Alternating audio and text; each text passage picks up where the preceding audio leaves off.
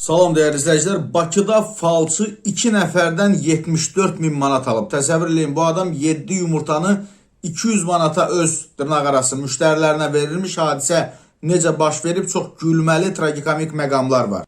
Değerli izləyicilər, Musavat.com məlumatına görə Nərgiz Sultanova adlı qadın küllü miqdarda dələduzluqda ittiham olunaraq Bakı Ağır Cinayətlər Məhkəməsində hakim qarşısına çıxarılıb və bu şəxslərdən biri Azərbaycan, digəri Ukrayna vətəndaşıdır.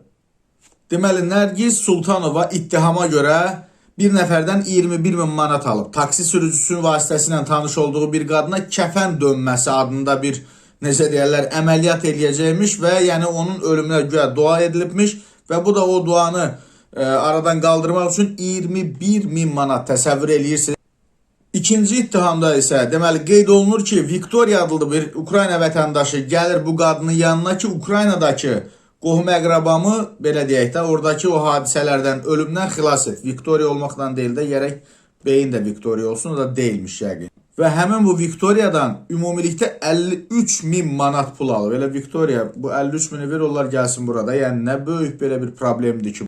Zərər çəkmiş Nigarın dediklərindən çox həm gülməlidir, həm ağlamalıdır. Deyir ki, deməli ilk görüşdə Nərgiz mənə ölümümə cadu edildiyini, kəfəndən dönmə ritualı edilməsinin vacib olduğunu soruşdu. Bax, bu fotodakı qadın və qara toyuğun yumurtalarının lazım olduğunu dedi.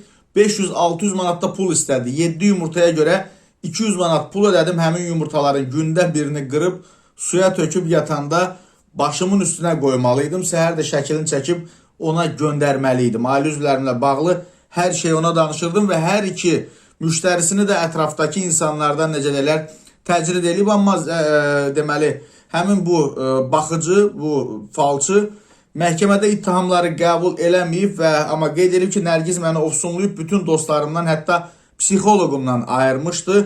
Nəticə olaraq dəyərli izləyicilər, məhkəmə araşdırması zamanı şahid ifadələri də Nərgiz Sultanovanın cinayət əməlini sübuta yetirib və Sultanova ittihamı qəbul etməyib. Məhkəmənin hökmü ilə Nərgiz Sultanova 5 il müddətinə azadlıqdan məhrum edilib. Onun barəsində seçilmiş polis nəzarətinə verilmə qəti imkan tədbiri, həbs qəti imkan tədbiri ilə əvəz edilib və Sultanova məhkəmə zalındaca qandallanıb. Mən hesab edirəm ki, burada Nərgiz Sultanova qədər də həmin o dırnaqarası pasientlərin